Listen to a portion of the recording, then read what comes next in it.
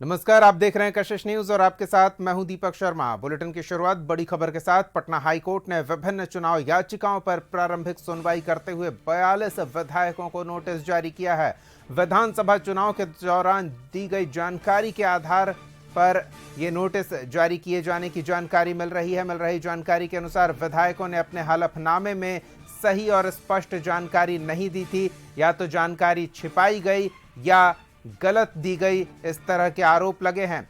और जिनको नोटिस भेजा गया है उनमें विधानसभा अध्यक्ष प्रेम कुमार हैं, मंत्री विजेंद्र यादव, जीवेश मिश्रा, चेतन आनंद।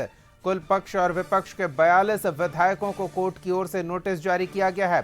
संबंधित सीट पर चुनाव हारने वाले उम्मीदवारों ने चुनाव में जीतने वाले उम्मीदवारों के विरुद्ध याचिकाएं दायर कर उनके निर्वाचन को चुनौती दी है।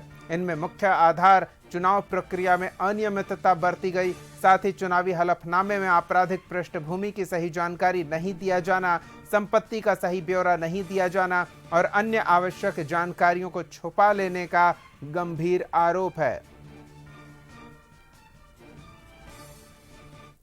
सवाल है कि जब कहीं कोई भी लोकुना लगेगा तो कोई भी विधायक कोर्ट का शरण लेगा, तो कोर्ट में शरण लेना ये उनका अधिकार बनता है और कोर्ट को निर्णय करना उनका अधिकार बनता है।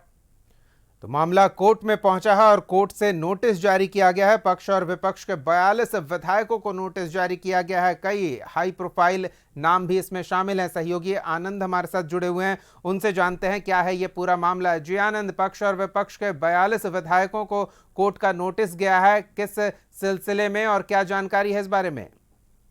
सबसे पहले मैं ये बता दूं कि आज का ये नहीं है, विधानसभा चुनाव जो बिहार का हुआ था उसके बाद जितने भी याचिका दायर की गई, चुनाव याचिका जो हारे हुए उम्मीदवारों ने दायर की है, उसकी कुल संख्या भी 42 बताई गई है।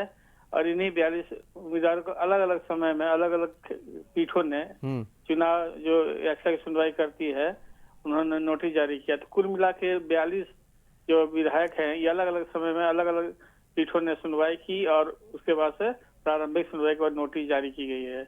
इसमें भी समय लगेगा, हियरिंग होगा, उसके बाद से लंबी हियरिंग होती है इलेक्शन पिटीशन में, उसके निर्णय आता है। तो अभी 42 ऐसे विधायक हैं जिनके विरुद्ध हारने वाले उम्मीदवारों ने उनके निर्वाचन को चुनौती देते हुए याचिका दायर की और उन्हीं याचिका प्रारंभिक सुनवाई के बाद वो मतलब कि ये दिया गया। बिल्कुल आनंद, ये भी जानना चाहेंगे ना, जो हारे हुए प्रत्याशियों ने याचिका दाखिल की है उनका आधार क्या है? किस तरह की जानकारी छिपाने या नहीं बताने की बात उनकी याचिकाओं में कही गई है, मुख्य रूप से अलग अलग सदस्यों के विरुद्ध?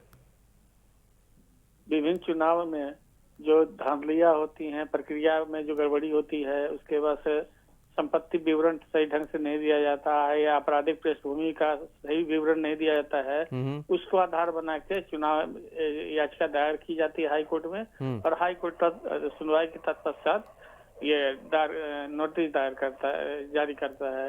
अभी स्थिति वही है, अभी मतलब कि कोई बहुत आगे मतलब मामला नहीं बढ़ा है। अभी नोटिस जारी की, नोटिस का जवाब आएगा, उससे फिर सुनवाई हुई, सुनवाई कई चरणों में होती है, उसके बाद तो निर्णय आता है। तो पहले तो ये साबित करना हारे जो उम्मीदवार हैं ये आपका जो भी आधार है वो किस हद तक सही है या नहीं है। अगर सही नहीं होगा तो विजयी पक्ष जो है उनको राहत मिलेगी। अगर कोई ऐसा ये आधार आया कि नहीं वो सही माना जा रहा है, जैसे कि आपराधिक पृष्ठभूमि का सही जानकारी है, अगर वो मान लिया गया तो उनका चुनाव जो है खारिज हो जाएगा, रद्द हो जाएगा। बिल्कुल। तो ऐसी परिस्थिति बाद में आएगी, लेकिन अभी जो है जस्ट मतलब कि 42 जो कहा गया है पूरे मतलब कि जो चुनाव याचिका दायर की गई हैं उस पर वो मतलब 42 का ये आंकड़ा है। तो स्थिति पर नजर बनाए रखें आनंद। फिलहाल इन तमाम जानकारियों के लिए बहुत बहुत धन्यवाद। तो मामला गंभीर हो सकता है अगर हारने वाले प्रत्याशियों की याचिका में आधार जो उनका है वो सही पाया जाता है। फिलहाल तो नोटिस जारी किया गया है। कुल ऐसे 42 याचिकाएं दाखिल की गई थी कोर्ट में और उन संबंधित 42 विधायकों को याचिका से संबंधित नोटिस भेजा गया है। इनमें तो विधानसभा अध्यक्ष हैं, कई मंत्री हैं, पक्ष और विपक्ष के कई जीतने वाले विधायक शामिल हैं।